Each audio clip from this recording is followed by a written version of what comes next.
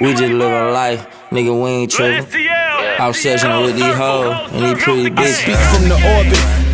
Niggas tell they girl, bae, I need you to watch this. What he's speaking is awesome. Word music, no, he don't endorse it. He on Shakur shit. Think about it, you eat meat, then you season the carcass. Private meeting with Farrakhan, now I eat from the garden. Black people feel accomplished when we get them Jordans. The whites sell them, take a trip and go breathe in the ocean. What it is, people, y'all know the lingo, y'all know the motto. You ain't gotta like or subscribe, but if you fuck with a nigga, you fuck with a nigga, you dig?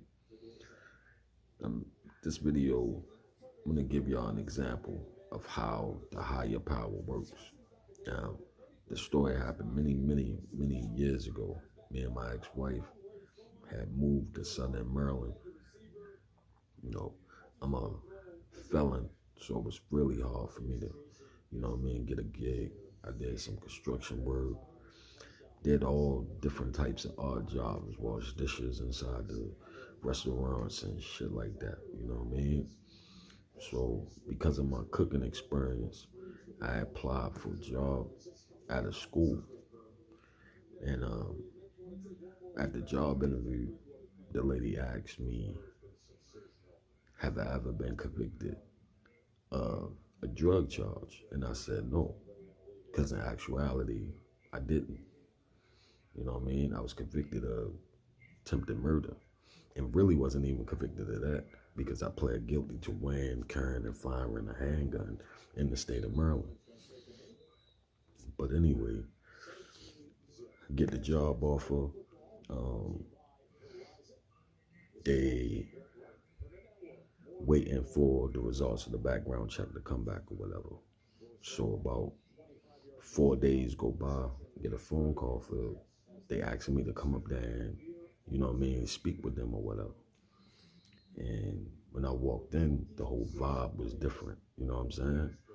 Like, people was acting real funny style. You know what I mean? I sit down and talk to the lady and she gonna say, why I lied to her. She gonna say, you do have a drug charge on your record. And I was like, ma'am, I don't have a drug charge on my record.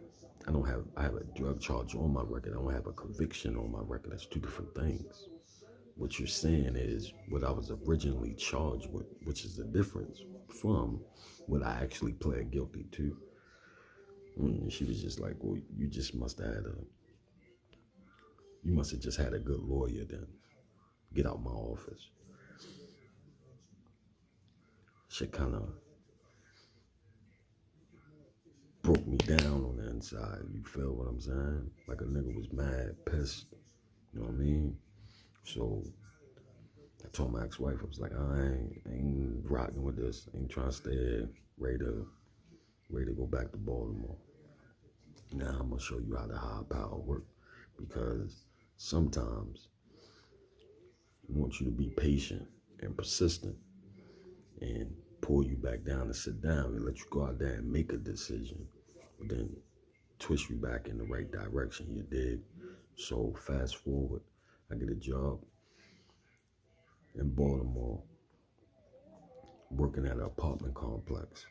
Now, my first day at work, I see a cat that I was locked up with, who me and him had a little altercation while we was in the jail, you know what I'm saying? He spoke, I spoke. Around lunchtime, I get called in the office. They smack some paperwork on the table saying that they need to do a background check. I'm like, y'all was supposed to do a background check when y'all did my interview and all that. They was like, well, we got a phone call from a tenant saying that you was a convicted felon and we need to check that out. And I was like, you ain't gotta check it out. I'll tell you right here and there. Since it wasn't on the application, I didn't feel a need to inform y'all, but yes, I am. And it was like, of what? Because this person told us murder or attempted murder or something like that. I was like, it was attempted murder, but that wasn't what I was convicted of. Blasey, that whole little spur. Long story short, they told me to leave out the office. Now I'm heated, I'm mad. Oh boy, I'm so mad. But on the way back home that day, what ended up happening was her ended up getting a phone call for the job that eventually led into her career, and me getting a phone call for the job that ended up leading into my career and led to us buying our first house. You know what I mean? At the respective ages of 25 and 23. You know what I mean?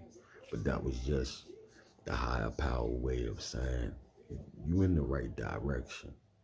Just be patient and persistent, and you'll get your blessing. You know what I mean? Just some little thoughts from me today.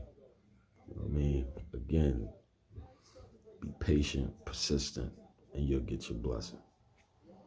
I'm out of here.